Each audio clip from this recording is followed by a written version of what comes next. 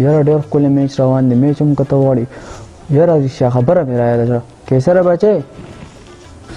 جی بابا وایه. یاره بچی په 19 تاریخ باندې الیکشن را روان دی، نو ما خو تا ته دا خبره کوله چې کشر خان ولاړ دی او د کلي خدمت هم ډېر کړی دی، نو زه خو یم هغه له ووټ ورکړه نو چې وګټي نو صحیح وي. زموږ به کې هم پیدا ده او انشاءالله ستاسو به کې هم پیدا. نه بابا دا ووټ په زه په خپله خوښه ورکوم، دا تاسو په خوښه نشم ورکولی. په دې ووټ په وجه باندې زموږ د عوامو او زموږ د راتلونکي نسل فیصله کېږي. دا ووټ زه ستاسو په خوښه نشم ورکولی، دا به زه په خپله خوښه ورکوم چې زما څوک خوښ زه به هغه له ورکوم. دا اوسني کشران دي، زه ستا پلار یم که ته زما پلار یې.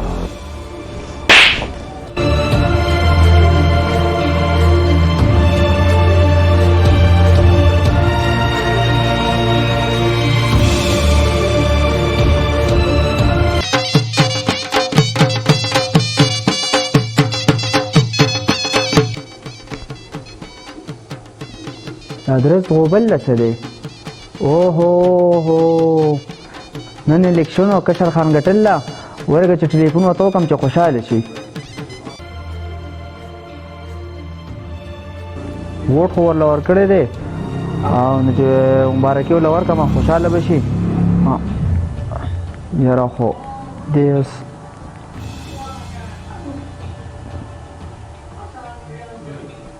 نه اوچتې یاره، زما خیال چې دی اوزګار نه دی. ورګه بیا ورته کومه.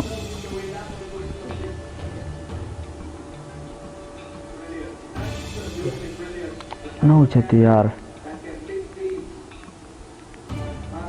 ورګه یو پیره ورته بیا کومه.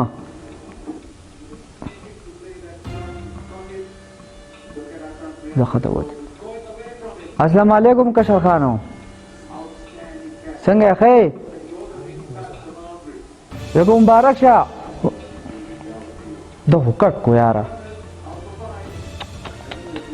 ووټ خو ولم ورکړی دی، مبارکي مې ورکوله. په دې ټایم موږ د ده نه څه غواړو او بیا ټلیفون اوچت کو او چې د ووټونو ورځې وې نو د ورځې به 14 پیرې راتو ووټ راکړه ووټ راکړه. اوس یې زموږ نمبر هم کټ کو.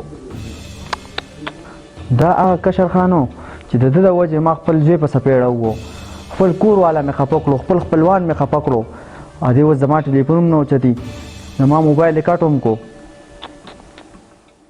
ویډیو تاسو وکړه، یقینا تاسو به خوښ شوي. د دې ویډیو مطلب صرف دا دی چې الیکشن براشي، الیکشن به تیر شي، خو زمونږ په خپل منځ کې چې کوم تاو تریخوالی دی هغه به زمونږ نه هیر نشي. د هغې وجه څه ده؟ د هغې وجه دا ده چې د دې خلکو په سر باندې مونږ د یو بل سره دښمنۍ، تربګنۍ او خفګانونه جوړ کړو. دغه رشته دار زمونږ نه خفه شي، دا خلک بیا په خپلو دفترو کې ناست دي، کامیاب شي، بیا ما تا طرف ته اړو سلام هم نه کي. نو ډیر غټ احتیاط کوئ چې د خپلو کورنو یا د خپل چم ګاونډ یا د خپلو رشتہ دارو سره د دې الیکشن په وجه باندې دښمنۍ، تربګنۍ، خفګانونه مه جوړوئ. که ویډیو مو خوښه شوي نو مخ په وړاندې شیر کړئ او پیج لایک کړئ، یوټیوب چینل سبسکرایب کړئ. ډیره زیاته مننه. د لوی الله په امان.